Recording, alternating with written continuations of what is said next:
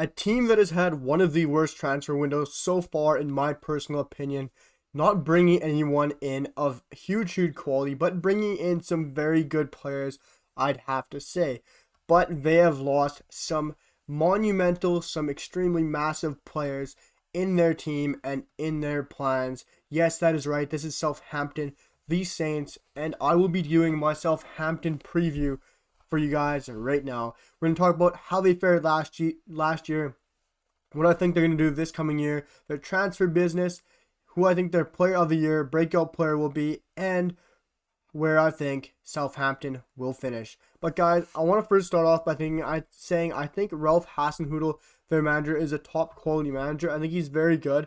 I just don't think he has the tools at his hands this year. I just don't think he has the players to help them to get to where they could be, or where they maybe were a year ago, where they were 2 years ago. Last year, after 21 games, I think they're at the top. It was a crazy amount of points they had after a certain amount of games. That was obviously with most of the top teams not having much of a preseason, not having a good preseason, COVID kicking a lot of the top teams in the backside.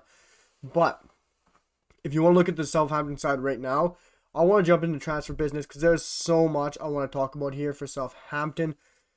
Top 5 players they have lost. Massive players.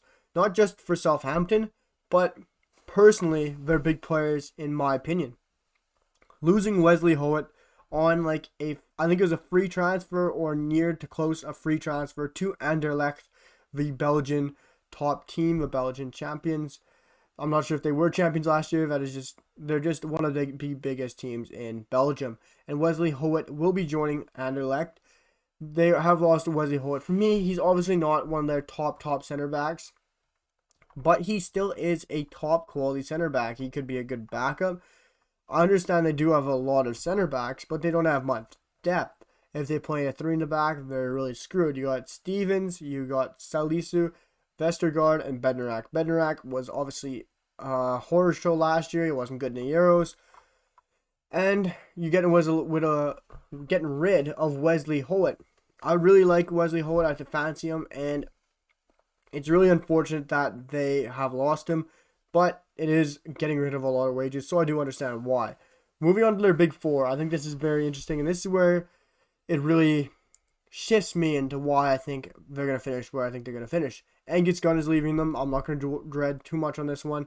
Angus Gunn, for me, is still a very good keeper. He could become a Premier League starter with Norwich. I'm not sure. He's still only 25. A lot of years to improve, a lot of years to learn. We'll see how he fares at Norwich. They got around $5 million for him.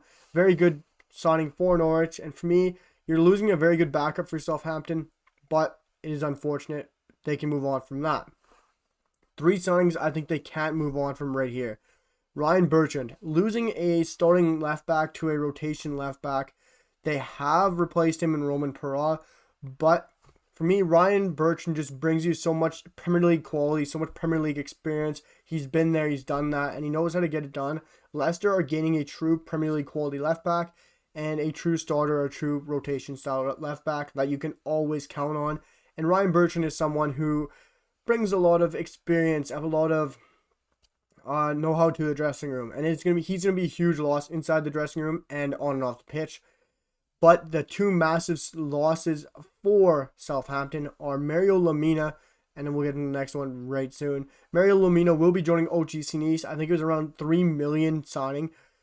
They lost Pierre-Louis Melou, OGC Nice, and gained for me probably a par level center mid in Mario Lemina. I've always rated Lemina such highly after he left Juventus, and I just don't think Southampton got the best out of him. I think Mario Lemina is top quality defensive midfielder. I think he'll join a very good OGC Nice side going into next year, who have built a tremendous side, and they've gotten some tremendous deals, and Mario Lemina is one of them, and he is a top player for me, and he will be joining OGC Nice for around $3 million. The reason I think Southampton will finish extremely low is because of this. A random signing that no one saw happening. This happened within a day. Negotiations went very fast. Medical done extremely quick. Nobody heard of it. All done behind closed doors. Danny Ings joined Aston Villa for a fee of around $35 million from Southampton to Aston Villa. For me, he's one of the best strikers in the Premier League. He's up there with Harry Kane.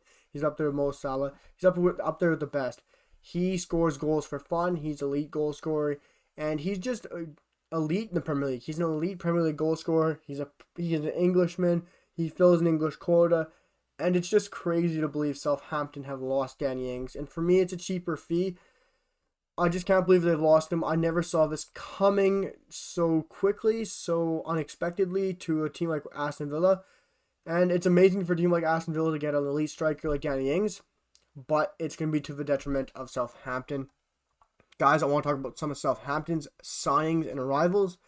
Armando Broja, I can't personally say much about him or Valentino Livramento.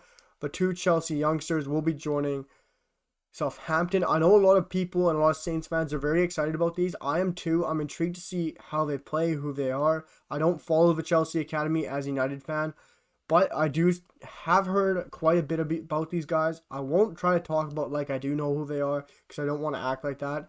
But they have sounded like very good signings, and I hope these youngsters can really show what they got and really help out the Southampton side.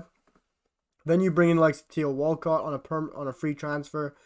Roman Perrault, French left back, a young talented left back from Stade Bressois, and he will be filling in the place of Ryan Bertrand.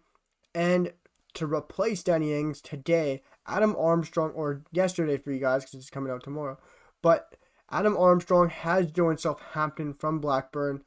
I know it's a great signing in hindsight, and it's a great replacement for Danny Ings. We don't know how he plays in the Premier League. We don't know how well he's going to do in the Premier League. Yes, he used to play for Newcastle. Yes, he wants to prove Newcastle in the Premier League wrong. But it's going to be impossible to fill Danny Ings' shoes. You might say, well, it's not impossible. Yes, it is. Nobody can step in and fill in a player like Danny Ings' shoes. I rate Danny Ings so highly. Adam Armstrong, I rate him up there. But you can't expect to bring in a guy from Blackburn and have him just hit the league by storm and pull off a Danny Ings-like season. I just don't see it happening. But guys, for me, the Southampton side leaks so many places. I feel like Oriol Romeu might leave. I can see James Ward-Prowse easily leaving. A lot of talk about Aston Villa. Crystal Palace are in for some of their players. It's going to be very interesting to see what happens with some Southampton players. I could see, for me, the player of the year for them, I honestly don't know. I really don't know. This Southampton side has so many leaks. It's going to be Yannick Vestergaard for me. I think Southampton is going to have to rely on him massively, and I feel like Yannick Vestergaard is going to be their player of the year. Guys, I'm going to give my season prediction for where I think they're going to finish, and it is extremely low. I'm sorry, Southampton fans, in hindsight. I have them finishing in 19th place in the league. They just haven't brought in enough for me. The team isn't good enough for me. Not enough quality players. And the players they've lost in Danny Ings, Mario Lemina, Angus Gunn, Ryan Bertrand, the list is pretty big and a lot of top quality players in that list. And I just don't think they'll be able to recover from losing a guy like Danny Ings and Mario Lemina. But guys, let me know what you guys think of my opinions down below in the comments. And let me know what you guys think about what my predictions are. Let me know where you guys think they will finish. And I'll see you guys for the next one. Peace, guys.